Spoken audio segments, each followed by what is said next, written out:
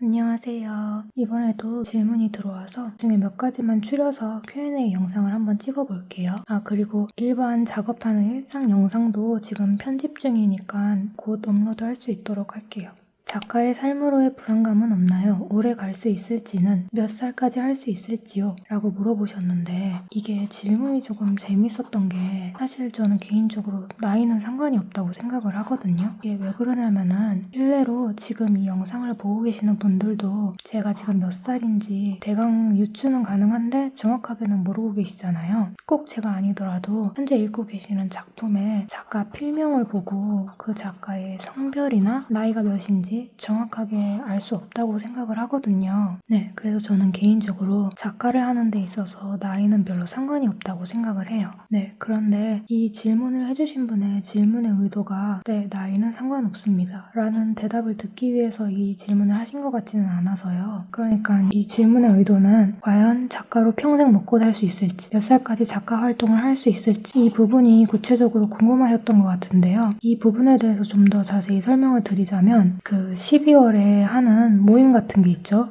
보통 연말 모임 아니면 악년회 이렇게 부르는데 이게 작가들 사이에서도 이런 모임이 있어요. 네, 저는 최근에는 참석을 안 했는데 이전에 참석했을 때의 이야기를 좀 해보자면 이때 제가 이곳에서 만났던 작가님들 중에는 물론 또래도 있었고요. 30살도 계셨고 40이 넘는 분들도 계셨고 아니면 자녀를 키우는 주부님도 계셨고 아니면 이때 제 기준으로 나이가 20살 이상 넘는 분도 계셨어요. 네, 그러니까 제가 말씀드리고 싶은 거는 이렇게 오래 하시는 분들이 실제로 계시다. 네, 이렇게 말씀드리면은 좀 더 이해하기 쉬우실 것 같아요. 그러니까 이게 그냥 그런 것 같아요. 그러니까 기성 작가님 같은 경우에는 실제로 바로 옆에 오랫동안 작가 생활을 하고 계시는 동료분들이 계세요. 네, 그러니까 그분들을 보면서 나도 저렇게 오랫동안 혹은 저 나이 때까지 작가 생활을 할 수 있겠구나 라는 걸 보면서 같이 나아갈 수 있는데 지망생분들이나 아니면 초보 작가님 같은 경우에는 이런 경험을 할 수 있는 기회가 기성 작가님들에 비하면 훨씬 적잖아요. 네, 그러니까 몰라서 혹은 너무 막연해서 이걸 언제까지 할 수 있을까라고 두려워하는 게 아닐까 싶어요. 네, 그러니까 제가 말씀드리고 싶은 거는 실제로 나이가 많든 적든 작가 활동을 하고 계시는 분들이 계신다. 실존하고 있다. 이 부분을 말씀드리면 될 것 같아요. 네, 그리고 두 번째, 가족에게 웹소설 작가임을 밝히셨는지 그 과정 그리고 반응은 어땠는지 궁금해요. 저는 가족들이 안정적인 직업을 원하시는 것 같아서 어떻게 해야 믿음을 줄 수 있을지 걱정되네요. 라고 말씀을 하셨는데 이게 생각보다 너무 현실적인 질문이어서 제가 어떻게 답변을 드려야 할지 조금 우려가 되는데요. 일단 제 경우를 말씀을 드리자면 이전 영상에서도 말씀드렸지만 저는 약간 운 좋게 데뷔를 한 케이스예요. 학생 때 데뷔를 했다고 했죠. 정확하게 연재를 시작한 건 대학생 때부터였는데 이때는 제가 장래희망이 작가가 아니었어요. 네, TMI이기는 한데 제 장래희망은 원래 공무원 쪽 계열이었거든요. 네, 그러니까 제 경우에는 부모님이 제가 글을 쓰고 있는 거는 알고 계셨어요. 근데 작가가 되고 싶다라고 말씀드리기 전에 그보다도 제 스스로가 작가가 되고 싶다고 생각도 하기 전에 운 좋게 데뷔를 해서 이거를 말씀드린 케이스죠. 어디에서 이런 연락이 왔다라고 말씀을 드렸는데 마침 그 연락 온 곳이 조금 큰 데라 부모님도 알고 계셨어요. 네, 그래서 한번 해봐라 해서 했는데 원고료가 처음 딱 들어왔을 때 이만큼 들어왔어요 하고 이러다 보니까 자연스럽게 된 거죠. 네, 그러니까 요약을 하자면 말씀을 드리기 전에 운 좋게 데뷔를 하고 어느 정도 수익이 조금 나니까 자연스럽게 이제 받아들여진 경우예요. 네, 저도 재미있었고요. 그러니까 대학 졸업할 쯤 되니까 부모님께서도 당연하게 너 그거 계속 할 거 아니야? 약간 이런 느낌이더라고요. 네, 그래서 저는 그냥 자연스럽게 전업작가의 길을 걷게 되었어요. 네, 그래서 제 답변은 별로 도움이 안 될 것 같기는 해요. 그래도 이야기를 해보자면 제가 데뷔는 쉽게 했다고 했잖아요. 근데 그렇다고 해서 이게 쉬웠냐라고 하면은 그건 또 아니에요. 왜냐면 이전 영상에서도 몇 번 말씀드렸던 것 같은데 제 인생에 암흑기 있죠. 제가 처음 데뷔했을 때는 약간 운 좋게 데뷔를 했어요. 그리고 이거 완결을 내고 두 번째 작품 차기작이라고 하죠. 차기작을 투고를 했는데 이것도 통과가 됐어요. 네, 그래서 이것도 꽤 잘 됐어요. 그러니까 첫 번째, 두 번째가 되게 순탄했던 거죠. 근데 문제는 이전 영상에서도 계속 말씀드렸던 제 인생의 암흑기 세 번째하고 네 번째 작품을 집어넣었을 때 일인데요. 이 세 번째 작품을 집어넣었을 때 제가 처음으로 반려를 당했어요. 네, 근데 생각을 해보면 지망생분들이나 초보 작가님 같은 경우에는 작품을 투고를 한다고 해서 이게 다 100% 통과가 되는 게 아니잖아요. 반려를 당하는 일이 굉장히 흔하고 빈번하게 일어나는 일이란 말이에요. 근데 제 경우에는 첫 번째하고 두 번째가 너무 순탄했던 거죠. 네, 그래서 제가 너무 이거를 만만하게 생각하고 있었던 거예요. 약간 좀 자만했던 하죠.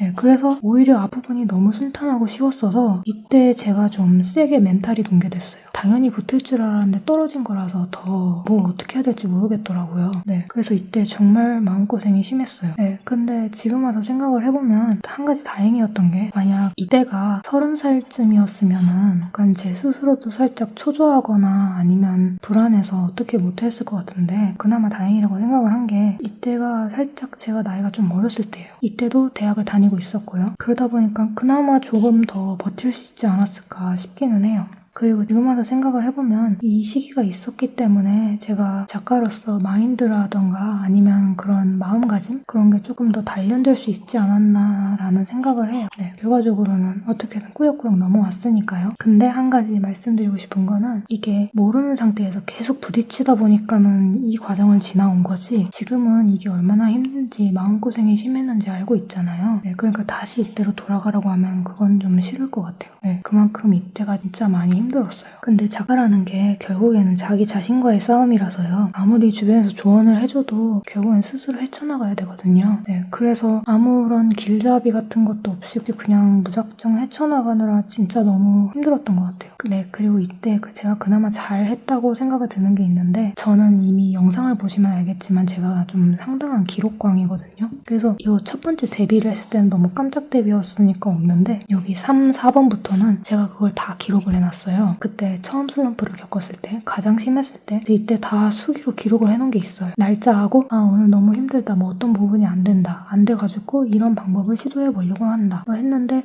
다시 떨어졌다 어디를 수정하라고 한다 근데 어떻게 수정을 해야 될지 모르겠다 뭐 캐릭터를 다 어플하는데 캐릭터를 어떻게 엎어야 되는지 모르겠다 뭐 어떤 책을 참고했다 뭐 이렇게 한번 시도해보는 게 어떨까. 네, 그러다가 몇 번 떨어졌다가 새로운 작품을 투구를 했는데 그게 또 통과가 된 거예요. 그게 세 번째 작품인 거죠. 앞부분은 다 반려를 당하고 계약이 된 세 번째 작품. 네, 그때 제가 너무 기뻐가지고 그거 복사를 해가지고 그 노트에 붙여놨어요. 그 답장을. 네, 그래서 제 기록의 역사는 아마 이때부터 시작된 게 아닌가 싶어요. 이 노트는 지금도 가지고 있어요. 어쨌든 다시 질문 내용으로 돌아와서 제가 기왕이면은 좀 희망적인 이야기만 드리고 싶은데 웹소설 작가라는 게 이게 안정적인 직업이냐라고 물어보면 현실적으로는 안정적인 직업은 아니에요. 오히려 굉장히 불안하고 불투명한 직업이에요. 이게 왜냐면 본인 능력에 따라 달린 문제거든요. 아무래도 안정적이라는 거는 수익과 직결된 문제잖아요. 이게 작업을 하면 수익이 있고 작업을 못하면 즉 계약을 못하면 수익이 없어요. 심지어 요즘에는 작업을 해도 수익이 없는 경우가 많아요. 네, 그래서 웹소설 작가를 직업만 놓고 봤을 때는 안정적인 직업이라고 말씀드릴 수가 없어요. 그래서 약간 좀 이것도 개인적인 이야기이기는 한데 계속 말씀을 드리자면 저는 지금 제가 전업 작가기는 하는데 지금도 계속 생각하고 있는 게 그래도 취업은 한번 해봐야 되지 않나라는 생각을 지금도 계속 하고 있어요. 네, 근데 이게 한 가지 아쉬운 게 보통 취준생이라고 하면은 그 공백기가 조금 두렵잖아요. 예를 들어서 1, 2년 정도의 공백기가 어느 정도 영향을 미친다 뭐 이런 말도 있잖아요. 그래서 기왕이면 대학을 졸업하고 바로 취업 준비를 한 번 정도는 해봤어야 하지 않았나라는 생각을 지금도 갖고 있기는 해요. 그래서 저는 개인적으로 일을 하면서 글을 쓰시는 걸 좀 추천드리고 싶어요. 이게 많은 분들이 오해를 하시는 게 전업 작가가 되면은 24시간이 온전히 4시간이라서 글을 많이 쓸 수 있겠거니 라고 생각을 하시는데 이게 절대 아니에요. 시간이 24시간이 있어도 글은 절대 많이 못 써요. 하루 종일 글을 써야지 라고 생각을 해도 절대 글을 많이 쓸 수가 없어요. 그런 날은 거의 드물어요.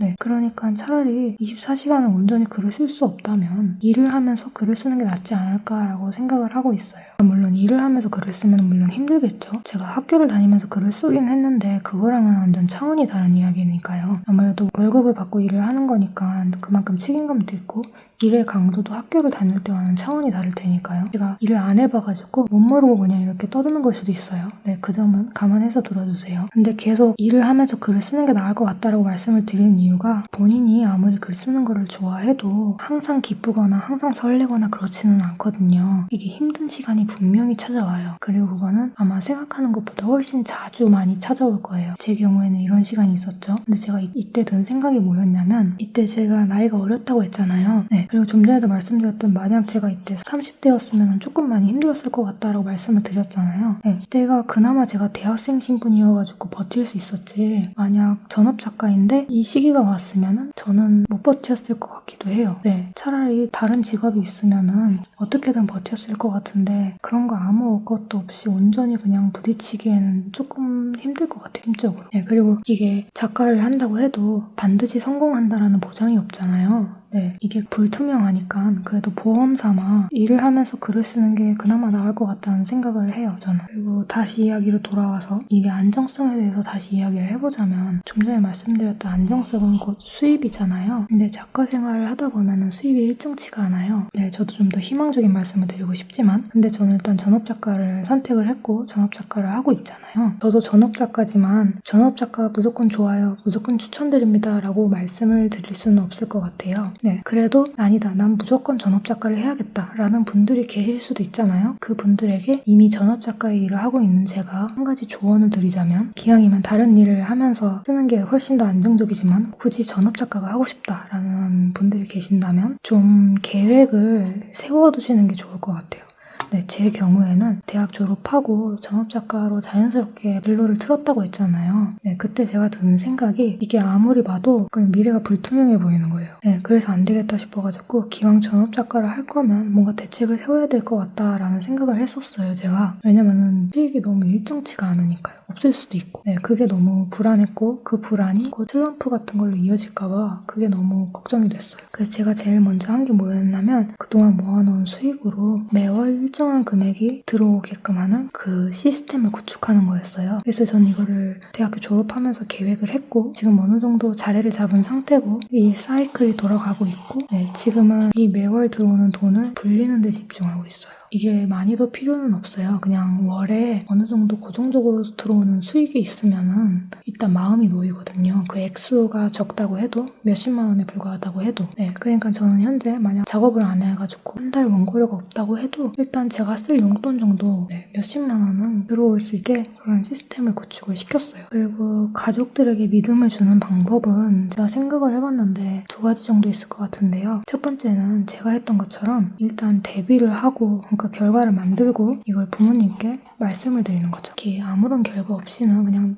저를 믿어주세요 라고 하기에는, 좀 전에도 계속 말씀드렸지만 정말 안타깝게도 웹소설 작가라는 직업은 안정적인 직업이 아니에요. 네, 그러니까 걱정하시고 불안할 수밖에 없을 것 같아요. 그러니까 결과를 먼저 만들고 이거를 보여주는 게 가장 좋은 방법이기는 해요. 네, 근데 가장 어려운 방법이기도 하죠. 그래서 두 번째로 생각을 해보는 게, 스스로에게 리미트를 거는 것도 괜찮을 것 같다는 생각을 했어요. 네, 그러니까 예를 들어 1년 안에 성과를 내겠다, 1년 안에 결과를 내겠다 라고 말씀을 드리는 거죠. 스스로에게 제한선을 정해두면은 작업 효율이 오를 수 있어요. 네, 근데 반대로 생각을 하면은 오히려 절박감이나 그런 타임 리밋이 안 맞는 분들이 계시거든요. 그분들에게는 오히려 이게 방해가 될 수도 있어요. 본인에게 맞는지 안 맞는지 스스로 판단을 해서 선택을 하시길 바랄게요. 네, 그래서 리밋을 걸고 1년 안에 결과를 내겠다 하고 이 1년 동안 집중을 해서 증명하는 수밖에 없는 것 같아요. 너무 막연하게 저 그냥 작가 하겠습니다 라고 하고 이걸 도전을 하기에는 작가라고 해서 무조건 성공한다는 보장이 없거든요. 네, 그리고 제가 감히 열심히 하면 됩니다, 노력하다 보면 언젠간 될 거예요 라고 막연하게 말씀을 드리기에는 그렇게 쉬운 일이 아니기는 해요. 약간의 운도 필요하고. 네, 그러니까 먼저 결과를 내고 말씀을 드리거나, 이게 가장 안전한 방법이긴 하죠. 두 번째로 스스로에게 리미트를 걸고 1년, 2년 이게 시간을 걸어야 되는 게, 작가라는 게 사실 프리랜서랑 같은 거거든요. 근데 프리랜서 같은 경우에는 이 마감이 없으면은 정말 한 작품을 붙잡고 무한한 시간을 민기적거릴 수가 있어요. 근데 그러면 안 되거든요. 그러니까 차라리 굵고 짧게 1년 딱 이렇게 하고 결과를 내겠습니다 라고 해서 도전을 해보는 걸 추천드릴게요. 만약에 안 되면 어떡하냐? 안 되면 좀 전에 계속 말씀드렸듯 차라리 취업을 하셔서 다른 일을 하면서 글을 쓰시는 거를 좀 추천드릴게요. 저는 개인적으로 다른 일을 하면서도 글을 쓸 수 있다고 생각을 하거든요. 계속 말씀드렸지만 물론 그게 쉽진 않을 거예요. 일을 하면서 쓰면은 체력적으로도 아무래도 무리가 오겠죠. 근데 개인적인 생각으로는 일을 하면서 글을 쓰면서 얻는 스트레스가 오직 글에 글에만 매달렸는데 계약이 안 돼서 수익이 없어서 이제 자존감이 떨어져서 슬럼프가 와서 글이 안 써져서 이렇게 무한 굴레가 있거든요. 이걸로 얻는 스트레스보다는 그나마 이걸로 얻는 스트레스가 나을 것 같다는 생각이 들어요. 네, 그러니까 정리를 하자면 제 경우에는 데뷔를 먼저 하고 그 다음에 자연스럽게 웹소설 작가가 된 거고요. 웹소설 작가라는 직업이 안정적이냐 물으시면 절대 안정적이지 않다고 대답을 해드릴 수 있을 것 같아요. 그래서 기왕이면 제가 추천드리는 방법은 일을 하면서 글을 쓰는 게 마음도 편하고 아마 작품 활동도 더 잘 될 거라고 생각을 해요. 왜냐면 24시간이 주어진다고 해서 이 24시간을 온전히 글을 쓸 수 있는 건 아니기 때문에. 그럼에도 전업작가를 반드시 해야겠다라고 생각을 하시면 미래에 대한 계획을 좀 세워두시는 걸 추천드릴게요. 이게 막연하게 잘 될 거야 라고 생각을 하고 매달리기에는 이 과정이 그렇게 쉽지 않고 이게 아무리 좋아하는 일이라고 해도 아니 오히려 좋아하는 일이기 때문에 만약 벽에 부딪히면